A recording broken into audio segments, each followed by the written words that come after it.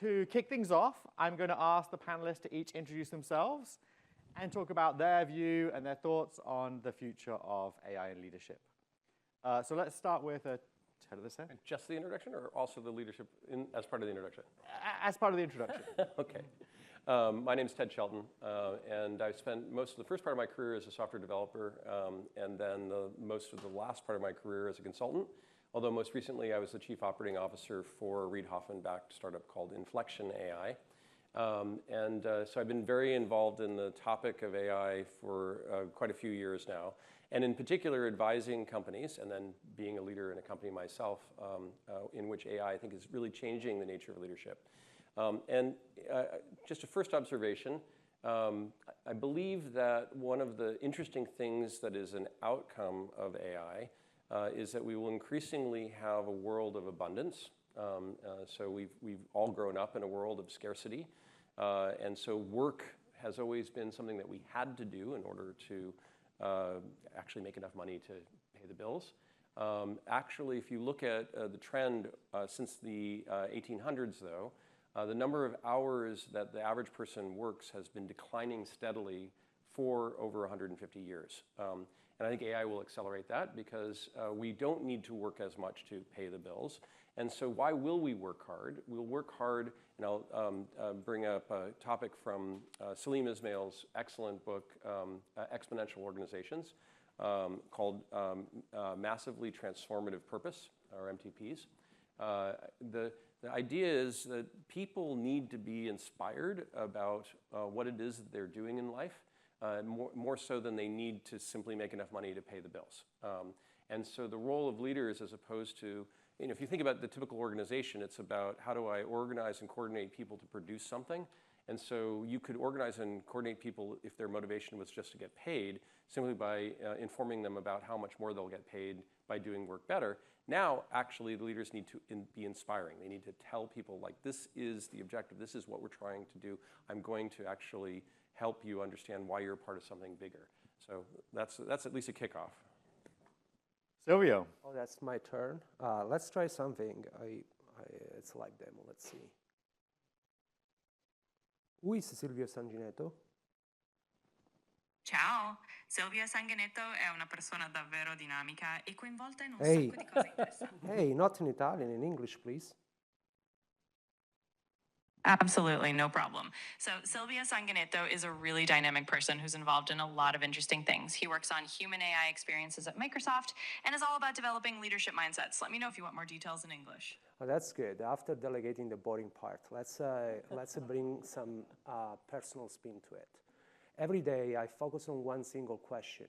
How can we make the human-AI symbiosis more powerful, meaningful for people and for society? Question mark, right? And at Microsoft, I keep working with frontier firms that are revolutionizing how we are building things, right? Not just like things, but teams, organization, our way of working.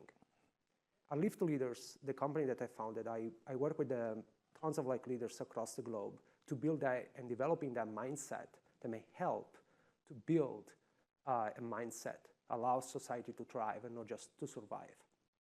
And so those experiences are raising for me deeper questions, right? While we are evolving and we're transforming humanity and society and the workforce and organizations, how leadership should evolve? What leadership should do in this new world, right? How can we support people to evolve and succeed in this new era? And so that's why I'm here today, and that's why I'm excited to talk with Ted, Riccardo, and Simone. Riccardo, it's your turn. Awesome. Hi, everyone. Let's see. So, Riccardo Giraldi. I have been working on the evolution of our relationship with technology for some time now. First with HoloLens and the incubation of the first mixed reality headset, thinking about spatial computing, how computers can see from your perspective. Then at Zoox, we built the first robotaxi. So thinking about your relationship with an entity that is on the road, that is not a human, is not an animal, and yet has a personality and behavior, shares the road with you. And the last 3 years, I've been working on the incubation of what is now Gemini. So from BART to Gemini, and thinking about how to push the capabilities of LLMs beyond what they will naturally do as a one-shot type of interaction, how to think about new type of interfaces that really makes the most of the capabilities that we have now. So yeah, in general, I'm interested in the relationship with technology, how it's evolving, the impact on society, what it really means. And I think it's a very exciting moment. I think that, there are so many opportunities, and I also think that there are so many new challenges that we need to be aware of. And it's an interesting moment to think about leadership, because it's a moment where we should not maintain the course anymore. You need to be able to adapt very fast. You need to be able to inspire. You need to be able to deeply understand this new material, which is AI. So yeah, I think it's an interesting time to have this conversation, and I'm curious to see what everybody else is thinking.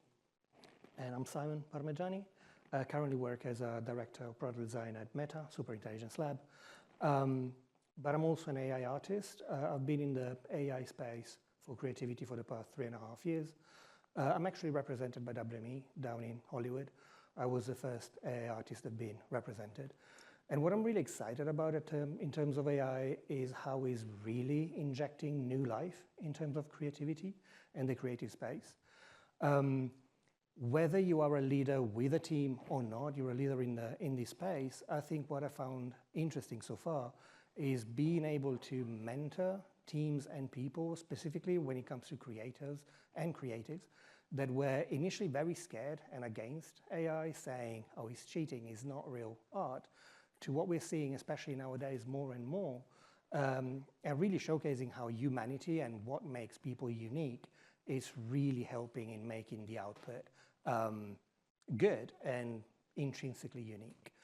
So I think it's a really good time to be a leader in this space. It's really, really exciting, and we're really shaping the future of a brand new technology. It's something that I've never seen in my lifetime so far. Thank you. And so to introduce myself last, Murray Newlands, partner at Founders X. We're a deep tech AI investment firm. We've been investing in AI first since 2016. So companies, everything from quantum computing through to biotech, through to robotics, through to fintech.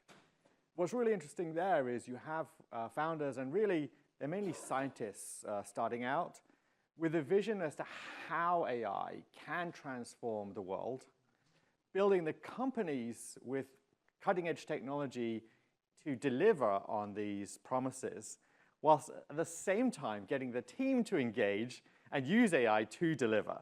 So right the way through the process, from this is the vision of the company, can only be created with AI, through to delivering it and in getting the team to engage with that, as well as communicating that to partners and getting them to buy into the vision of, here is the new future which we're building, here's the new product, and here's how it's going to transform your company.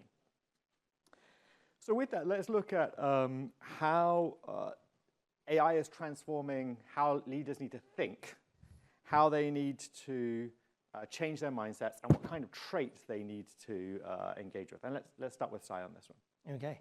Well, I think from my perspective, AI is completely redefining what a leader is and what it means to be a leader. So what I'm seeing and where I'm getting at is that we're used to leadership being very much top-down, relying on traditional leadership traits. And what I'm seeing now is that as a leader, you need to be adaptable. You need to be able to change almost on a daily basis. There's new tools, there's new models, there's new approaches to work. And you really need to get your hands dirty. It's not about blindly trusting data and research, but really being able to understand what these tools are, how they work, and how they can work for you. Because more often than not, I'm seeing also this race at building the latest model and using the latest tool, but really is setting the goal and the perspective for your company, for your team, for your org, whatever that might be, and try to understand what is the right tool and the right people that will really satisfy that need. How do you do that specifically? I get my hands dirty. I was lucky enough to start my own creative journey with AI 3.5 years ago. And I'm not gonna lie, I'm really trying to get into what's the latest tool what's out there on a daily basis and try to understand what works for me. By doing that, I really try to understand what is being developed, and I'm not just relying on the latest on the news on research, but actually using the tool itself and try to understand how it works and how I can shape my team and mentor them on how to use it for what they do. Thank you. Riccardo? Yeah, I second that. I would say, I think that probably everybody has a sense that, this is right. And I do wonder, what else we can say that is beyond the, what you might also believe being true. Maybe something I could add to what Simone said is that, we are now in the moment where we need to, leaders, at least product and experienced leaders, need to be able to live in this world where on one end, you still need to ground yourself in what the problems that people actually have. I need to, really fall in love with the problem, not the solution. On the other, you need to understand this new material, which is AI, deeply enough so that you can come up with new solutions to that problem that make sense. And so right now I see the challenge I see is that some people are stuck to the way that they used to work, what worked well for them so far. Which is, hey, I know how to do whatever, branding, I'm going to keep on applying branding and completely miss the train and opportunity in what's ahead of us right now, which is coming up with a new paradigm for interaction between human and computers, which is fantastic. On the other, there is the bias that tech companies especially have, which is take technology and just throw it to the customers and see what happens, which work well in some cases, but at the same time, we will also see a bubble and a lot of companies that are creating not really value, they're just throwing technology out there. So I think as a leader, you need to be able to get very comfortable with this new material, which is AI, is a different nature, it has different capabilities, and unless you get your hand dirty or unless you actually make a little bit of an effort in understanding it, the ideas you will come up with, they are going to be probably the same idea that everybody else have. Like you need to scratch the surface a little bit, go more in depth, and really try to combine, these new opportunities that come from this new material with the deep understanding of the customers, the businesses, and the needs that they have, and then come up with something new. So I think that you probably need less people today because even big companies now need to be in a state of invention rather than a state of maintaining. So you need probably fewer people that have a strong point of view that can then, leave space to the team to experiment and with this new material. And I think that this is maybe the challenge, at least for big companies. It might be different in startups these days, but at least for big companies, I think that this is the problem. They have a legacy of leadership and multiple layers of management where people are there to maintain the course, but what got them there will not be as useful for what's coming next. So I think it's an interesting time for sure. Silvio? I have been reflecting on this for a long period of time, and before like expanding on Simon and Riccardo points, I would like to step back for a moment, and like every time that I looked at leadership, for me was pretty much like modeling values that helps that you expect from others and guiding them with direction and purpose. So direction and purpose is something that I wanna focus on for a moment. So what that means in this new phase, right? How we can make sure that the direction is crisp and clear for people, right? And most likely, we could see like a change in how that decision-making chain may work in a company moving forward. How are we decentralizing the decision-making?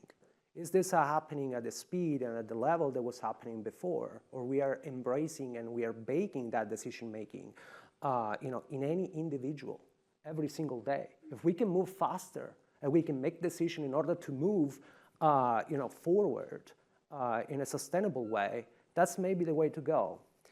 And talking with like tons of leaders for the research project that I'm doing is like there are some common themes that I have seen. One is I call the curious operator, so somebody that is able to be hands-on, adaptable somehow. But the point from a leader perspective is not just about being a curious operator. Like we can jump on internet today. How many tools and how many new models that are out there. And so what I do is like trying to model to my team, right, how you build that decision making in order to choose what you want to learn, what you want to grow into, right? How you can make that choice, being concrete, because Marai loves asking follow-up questions on how do you do that, right?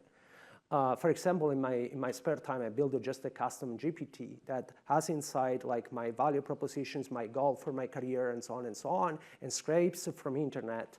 What are the new tools that goes in that direction, right? So I pick and choose the battles that I want to fight, and I try to help my team into that discovery mode and decision-making mode. That is super important. And last things, because I want to be conscious about time, is we're moving fast, right? I always say to my team, it's like speed without direction is chaos, is not progress. And so in my opinion, like leaders are in a moment where they need to build something in their rhythm of business or in everything that they do that allows that pause to happen, because pause, it doesn't mean not progress. It'd be the other way around, right?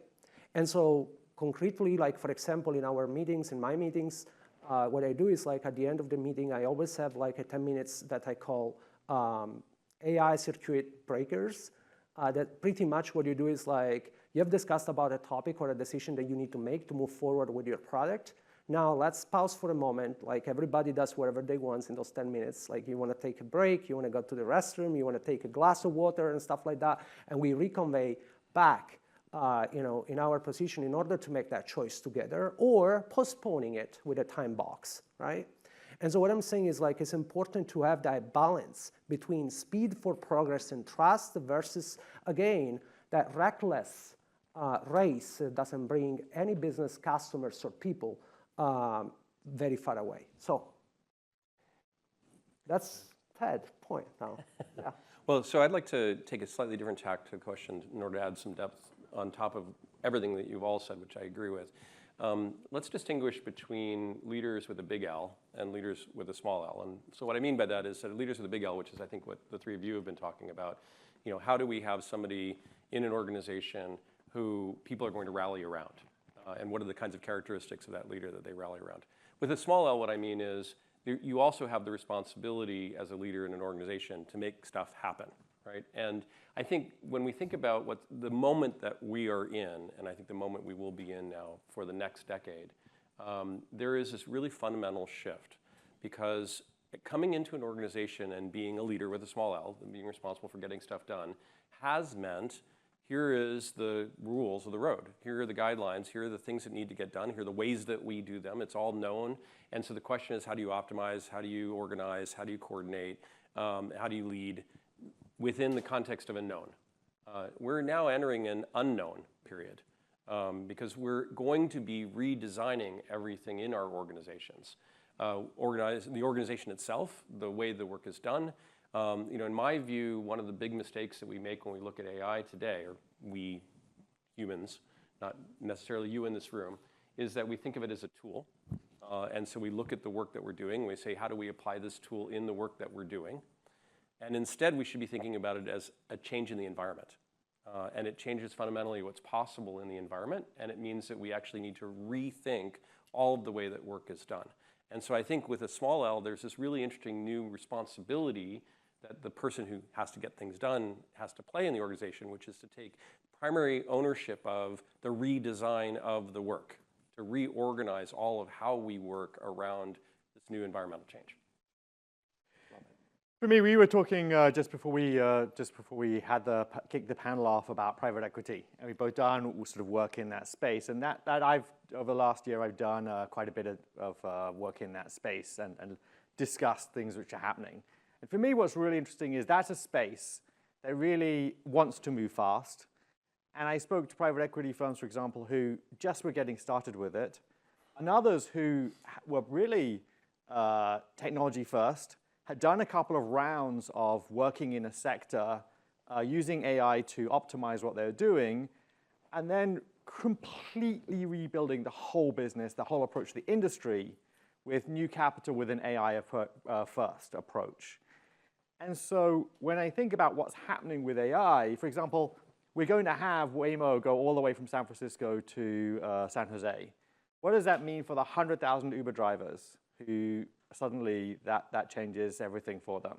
What does that mean for transportation? What does that mean for they tend to like, for example, I did some research, they tend to like Subway sandwiches. Suddenly, they'll buy less Subway sandwiches. The fact that AI is coming could transform where we live. So it's not just the fact that this is a tool that you're going to use every day. And I've got in and built models and worked on how to optimize things. It's how is this going to transform the whole business that I'm in? And probably the industry that I'm in is not going to be the same in 2 years' time. And the leadership needs to communicate that down and then be able to communicate to leaders with big L's, communicating that down. Leaders with small L's are working out how does the team work that through? Because suddenly what you did, just making a 10% change every year is not going to work in your team. So how do you manage that team through that process? And how do you convince them they're going to be safe through it? Big organizations are making huge changes. Not that everyone's happy with those huge changes. How do you convince a team that they need to be part of this process? So let's look at that next. So how do you balance innovation, profitability, and speed with ethics in a team? We have 3 minutes left, so I'm going to ask for some quick fire answers. 10 seconds. 10 seconds. Moving from ROI in a way that we're looking at, the definition of ROI in return on integrity. That's like one way to look into it. So like baking into the ROI, like how we can bring that sustainable business longer term. And when we plan every 6 months on what's next, the next part of things is not the next quarter, but it's the next generation that we're looking into. And how we are impacting the next generations of people out there and customers. Ted, 10 seconds. Capitalism is dead. The fundamental problem that we have is that we're looking at the world through the lens of what is the profitability. And if we eliminate human labor in the production of goods, then you will eliminate the need for people in the entire consumption cycle as well. And we have to actually realign all of society around a new set of economic realities. Riccardo? OK, now it's getting interesting. I like it. OK, so I would say this. Our ability to predict the future is very low. So back to the point of taking responsibility for the consequences of what we are building, I think is very hard. Like, it's very, very hard. Like, there is this book, Life 3.0, that says that we're first started managing fire and then invented the fire extinguisher. We invented a car and then the seat belt. And like, we have been doing that. But with stronger solution, bigger solution, the consequences of what we're making could be so big. Like, we're so bad at predicting it. So the question is, how do we deal with that now? Can we actually predict what is going to happen if we keep on innovating? I think no. And I think that in a capitalist world, we cannot leave it to the judgment and ethics of each individual to accomplish that. We need to have regulations in place so that the rules are fair for everybody, and we play by those rules. And I think that this idea that we should not regulate AI, I think is wrong. I think that we need some regulations that are abstract enough that allows us to have some safeguards. And this is more than 10 seconds. And then I do believe that in a capitalist world that we still are in, it's going to be very, very hard to do for these big companies, to move these big companies to do the right thing. Think about what happened with the idea of being zero emission. Like, you don't hear these big companies talking about being zero emission anytime soon anymore after AI. But I mean, like, I think that we need to really be honest with ourselves and say the capitalist world will not lead companies to do the right thing for humanity, really. Sorry, 30 seconds. Oh, can I skip this one? That's not fair. No, just kidding. But no, I actually agree. Like, on a personal level, I really agree. I think that I know we have to move fast, but we need to keep in mind the next generation. Because what we're doing here, to your point, is not just a tool. We are redefining a whole environment and whole generations. So I know that we're saying that capitalism is dead. I think that there's still opportunity. And as the investor, I've got to say we're still looking for amazing companies to back, and we have companies that are changing the world. There you go. You're part of the problem. 14 seconds. We want to open to 5 a quick minutes for question. questions for the audience, right? Yeah. We have 5 minutes for questions left up. Hi. So this is the incredible panel here. Thanks, Marie, for moderating this. We're going to allow you guys to interact interact with the panel. The microphone might be off. Oh, sorry about that. We're going to allow you guys to interact with the audience. So I'm going to just ask 3 different people here to ask questions, not more than that. Keep it really short. Introduce yourself real quick, your name, company if you want to, and then just ask the question. Hands up, anyone first. Go ahead. Yeah, my name is Anatoly. The company name is S16VC. It's a founders fund. I'm curious, you said that you talked to a few private equity players and they started implementing AI and redefined the whole business model. What are the industries and what made them redefine the whole thing? Oh, that's yours. Can I jump in? Yeah, go ahead. Well, so look, I think what's really interesting is that there is a value shift in every industry. So that the things that companies were assigning to the way in which they were going to make revenue and profits are actually no longer relevant, or they shift. And depending upon the industry, they may shift a lot. So if you're a lawyer, can you actually charge for hours now? Like that's an interesting problem, right? Because if actually what I'm getting done is using AI and I spend 3 minutes to generate it with AI and 12 minutes to review it, it's a 15-minute charge rather than the 2 hours I used to charge. But should I charge for outcome, right? And so every industry has to really look at, what are the value drivers for the business, and how do I then reorganize the way that work is done and that I relate to my customers because of that value shift. And that's the private equity is more motivated to do that because their whole proposition as investors is to say, look, I'm buying an asset that is troubled in some way that needs to be fixed. What's the thing to fix it, right? As opposed to if you're running a business and it's working okay, you're not as motivated. I would say that they're very much into how do you create businesses where you can deploy capital fast. And if you look at examining a current business, you can say, what are the workflows being done? And in which sectors can AI workflows replace or augment people as fast as possible? And so you have the opportunity to re-engineer an entire business process. And if you're able to research different processes and say, here is where AI is especially applicable, and you can scale that fast, then that is ideal for private equity. It's also very interesting for VC to say, okay, well, where are they going to play? Where is VC going to play? What are the technology breakthroughs that are going to, private equity tend to be looking at business model, whereas VC is looking at the technology side. And so where are the gaps there? And then as we're building technology, as we're funding technology, where is that going to change the future? It's really interesting to see because they're companies at scale. They have access to capital at scale. They're really looking at the transformation, such as my example of Waymo, right? Like that is really capital transforming transformation and transportation with AI enablement. It's really looking at how do you find those opportunities. That's what I was looking at. So we have one more question here. Thank you so much for the insights. They were really unique and interesting to listen to. I'm Gurusha Raskar, and I work as an AI UX researcher. And I would love to ask you, if agents started operating inside your organization tomorrow, what's the first compliance, security, or budget that they'd hit? It's definitely for him. I see the game. Is it? It's yours. I'm seeing the game here. Okay. Go for it. That's not compliant for you. Can you say just the last two things? The last two attributes? Sure. So one was compliance, security, or budget. Budget? Yep. Oh, interesting. So we're looking at like how frontier firms are facing this like a co-creation, co-learning workspace in any setup for businesses, like in any Fortune 500. And when I look at it, it's like the human in the loop. That seems like such a buzzword, right? It plays a critical role in everything that we do, from like setting up for success, that co-creation, collaborations between human and agents. And I would add, that comes from my previous like robotics experience, that we saw in the past how like replicating like human looks and human behaviors not necessarily brings like a better adoption or better like trust between human and machines.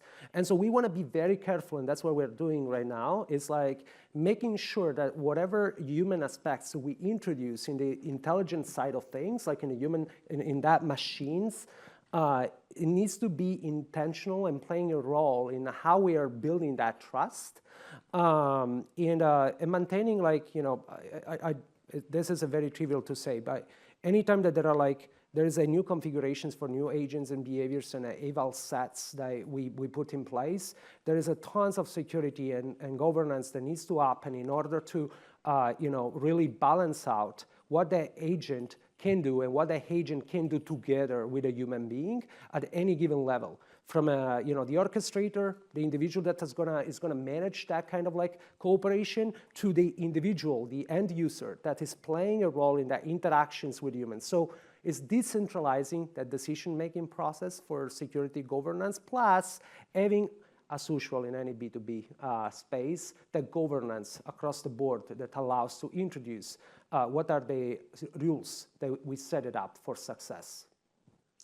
Great, fabulous. We don't have any time for any more questions, but this is amazing. Thanks a billion. Thank you. Thanks. Thank you. Okay.